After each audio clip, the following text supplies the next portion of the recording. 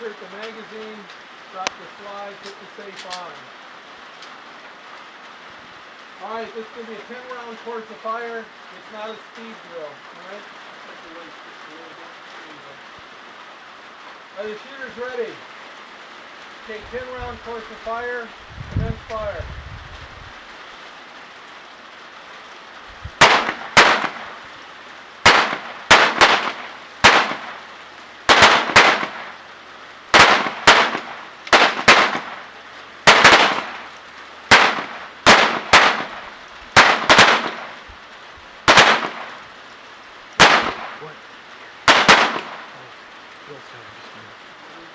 Okay, unload and show clear.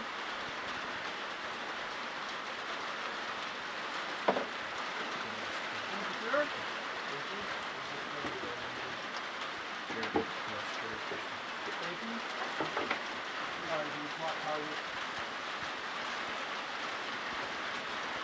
Okay, load the magazine one more time with 10 rounds.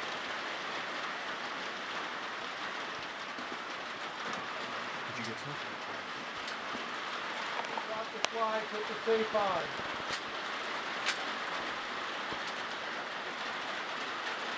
Alright, are the shooters ready? Ready. Course of fire, 10 rounds, not a speed drill. Commence fire.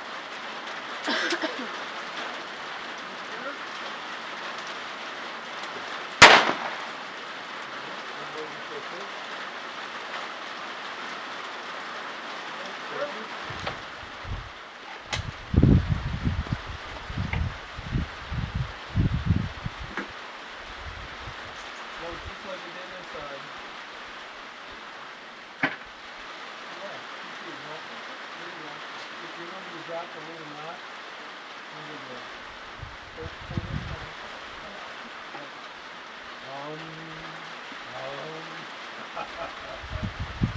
Alright, so go back to your table. So, alright, so just quick review. What I'll do is have you come to the firing line.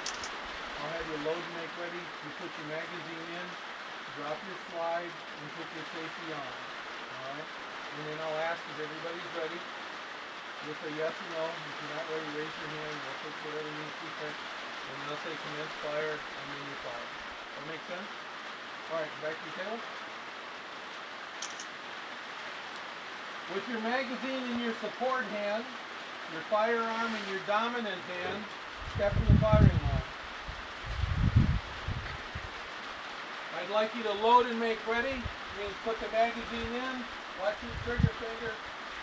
Put the magazine in, drop the slide, do the slide release on the side, push the button down on the side, push it down. You don't have the end, so Right.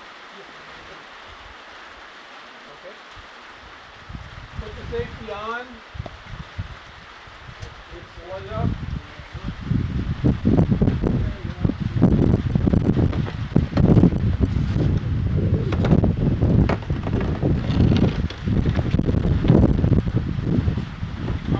Are the shooters ready? Three of them.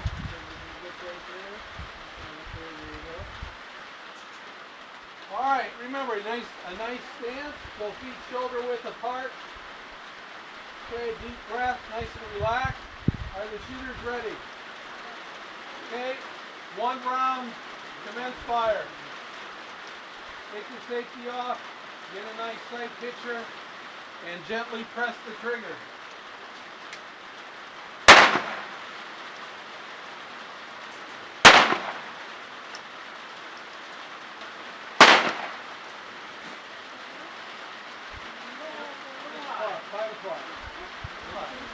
Alright, unload and show clear. Stop the magazine. everybody check that.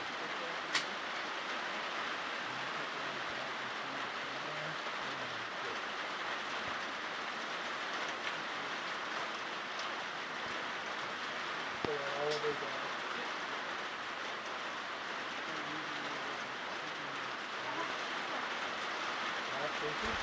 and then ground your weapon and load your magazine with 10 rounds.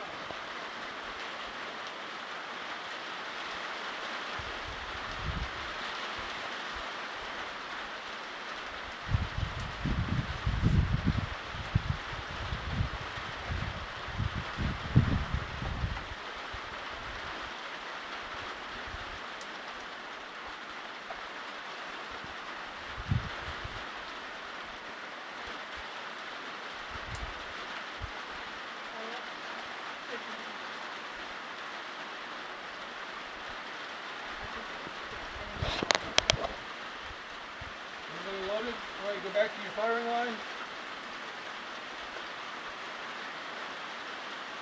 With your magazine in your support hand, your firearm in your dominant hand, step to the firing line. Load and make ready. Insert the magazine. There you go. Put the magazine in. No, put the magazine in. There you go. Yep. Now release the slide.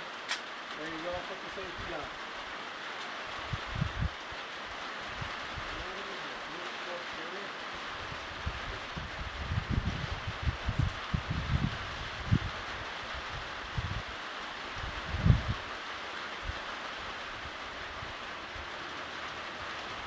Need the cannon to the back more. Okay? Follow the angle of the there you go. There you go, right there. Now bring it back a little more. Pull it back a little. There you go. Relax. There you go. Drop the slide. Put it on the gear.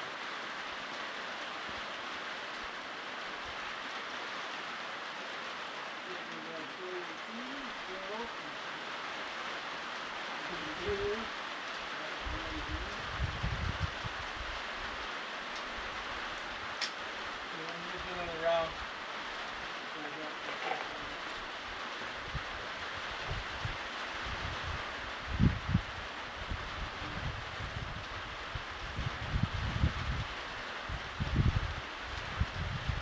It's not straight up and down.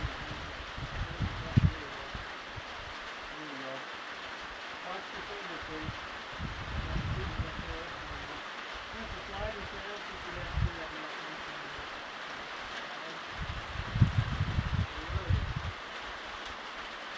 Alright, now remember you're going to focus on your front sight. Okay? I want you to be able to see your front sight just below the gray area up there, alright? And a nice slow trigger press to the back. Shooters ready?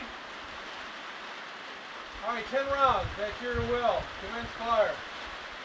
Not a speed contest.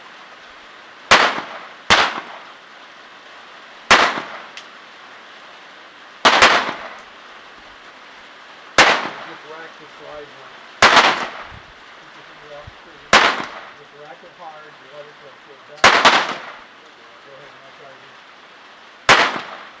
Nice feature right there. Good. Good. They took one out, but they didn't see another one in. So it's still going back.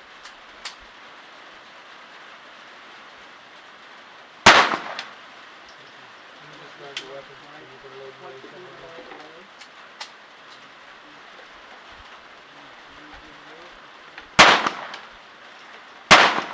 Safety out. Keep that. Keep that. Keep that. I think I'm done, right? Yep, you're done. But you didn't put any on the target. The last couple. Let's just leave these up and do one more round. Here. Drop your magazine.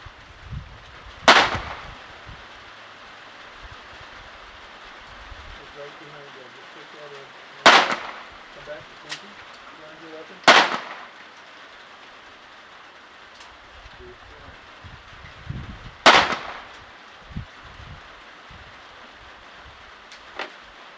Nice. Got it? Okay. You can load up another 10. I'm going to have you sit out one. I'm going to have her do another 10. Okay?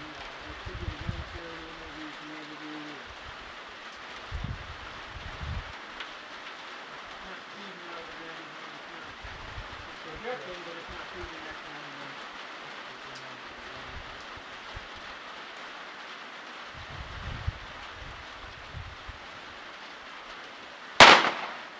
There you go. You do it. So, put the magazine out.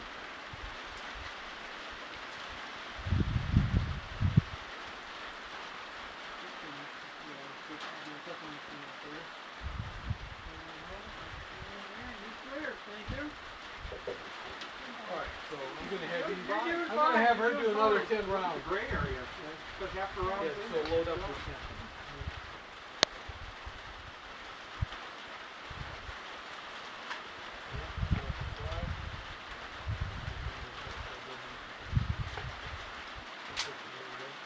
Alright, so focus on, well, look at the front sight, have it rest in the middle, and then this is where your focus needs to be though, and then have it sit just below that gray circle. And you can fire it with.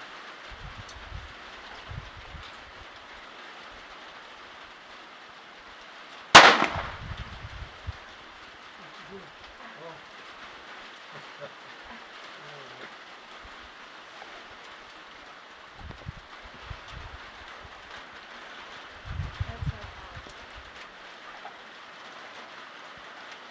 Okay, so watch the sight, this is just the front sight.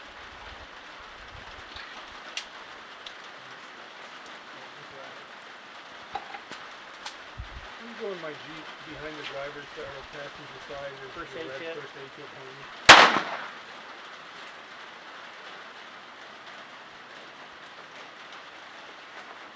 Hey Jerry, there's a box of CCI behind, under the seat behind the driver's side. Grab that too.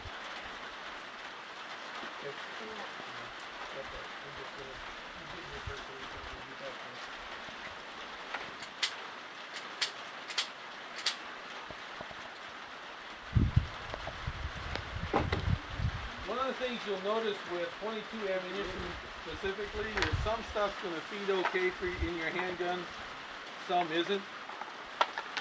If you look at the difference between these two, this is pretty much all I shoot anymore. Made by CCI, it's carbon covered and it's nippled down just a little bit. This is just straight all the way out. And what happens when you try to feed it, you can actually see some of the spots where it catches and it just doesn't feed for cracks. And somebody gave me a box of this, said I could use it up, and I think it's Are these used the up. ones that are catching? Yeah, That's what I have. yeah. And then she's got a little owie here, so Uh-oh. we're gonna. Casualty. They get bitten? Oh, goodness. It looks worse than what it I is. guess is what I'm saying. You know?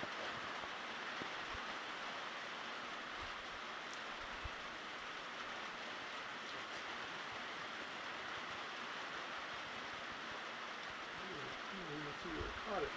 Right up here. Oh, in. Just pull the nail back, it looks like.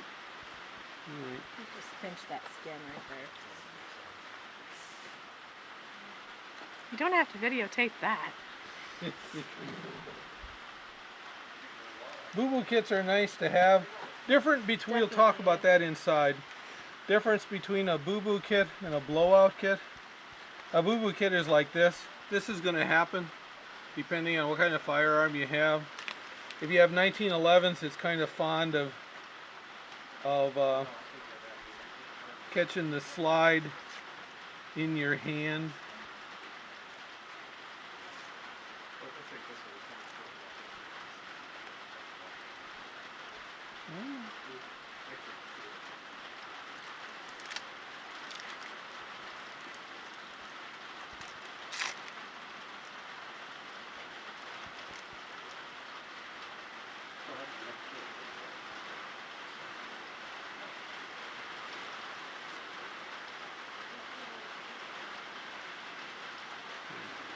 One of those things you're only going to do once. Oh yeah. No, Hopefully. that'd be nice. But that's not true. It's not true. We get more boo-boos. I can dispose of that in my pocket if you don't. Oh, I got it. Absolutely. Sorry about that. No, it's no need to apologize.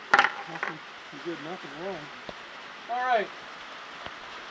So what we're gonna do then is we're gonna swap targets and we'll do your qual target, okay? So load your magazine with 10 rounds. All I've got is this stuff. I'm sorry, we'll just have to work through it. All right. Main thing I'm looking for here is I want to make sure you're safe. You have the mechanics down, stand, sight picture, all of that stuff. If we don't get 10 rounds down range, we don't. All right. And I need your next targets too. Cleaning kit, some oil. I still use rim oil. There's all sorts of crap that's out there now. And this is hops. This dissolves gunshot residue, okay, from it. Everything from copper to the leftover carbon, that kind of stuff. Like we talked about earlier, one of the things you can do when you before you start cleaning, is actually a little bit of pre-cleaning maintenance. Again, it's like muddy shoes, all right? You don't want to just all of a sudden jump into muddy shoes. On a revolver, most of your residue is going to be around the chamber here. It's going to be back by the firing pin. Just any place that looks dark and crappy, okay? So you can start out by just doing some brushing, okay? No cleaning agents, no nothing. What you're trying to do is get off the big chunks, okay? And you set that as well. Then what you can do is take it the next step past that. For example, tonight I'm going to have more than a few guns to clean. So you don't do them one at a time, all right? You can kind of stage them in pieces.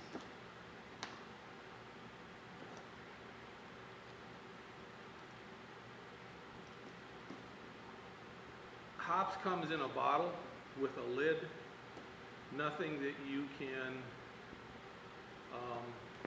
measure out or parcel out. So these are like $1 at Target, okay? The thing I like about this is I can put some drops on here and I don't have to. The thing you don't want to do is take a brush or take this and dip it in the bottle because it cross-contaminates, all right? So then just run a nice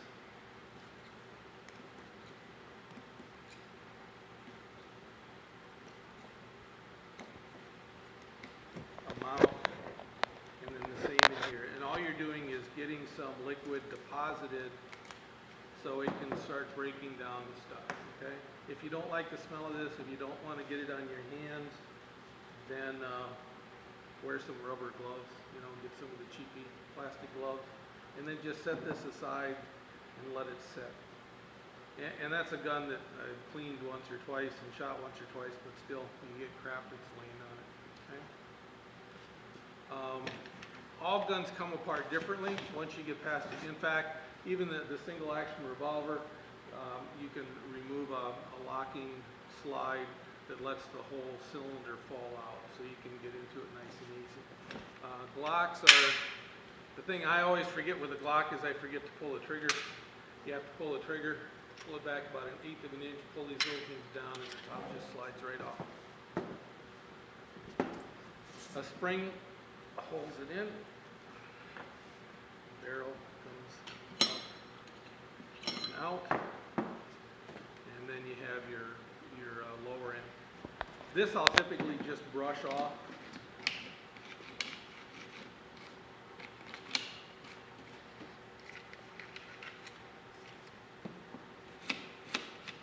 And you're just looking to get chunks out. Okay, that's what you're trying to do. The same with here, you can see the crap build up on that, the carbon and stuff. Brush that off first. Now you can break this down one more level. You can pull this back part off. The firing pin is under tension. And when I say the words under tension, I mean under tension. The same is with the 1911. One of the first times I did that, that baby came out and it went straight up to the ceiling, kept right on bouncing. I mean, there's a lot of tension in it. I'm not going to take that apart this time, but brush off the chunks, brush off the chunks here, and I'm not going to swab it down, but you do the same thing. You put the swab on it, and then you take your brush and you go through, and I'll do that with the revolver, all right? This is typically about as far down as you need to break this thing unless you start really having real serious feeding problems, that kind of thing. And putting it back together is just the opposite of taking it apart.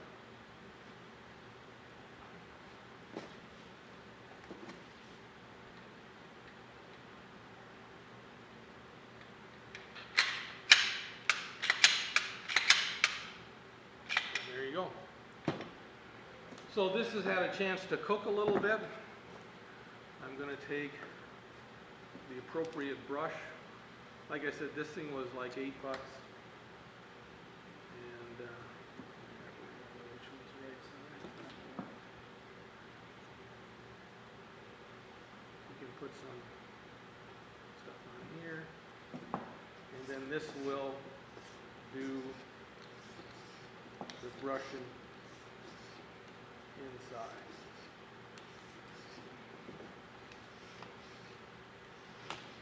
Alright? And then all you do now is you want to get the residue, excess residue wiped off.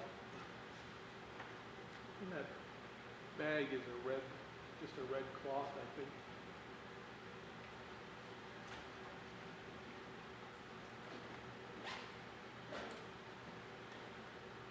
Shop rags are cheap.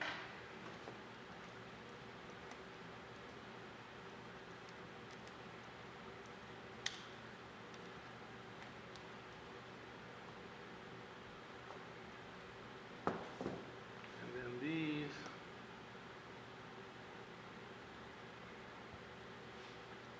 through one way, go through the other, and you do each cylinder until this thing came out clean. I'm not going to do that here. I'm just going to demo how you would go in and out.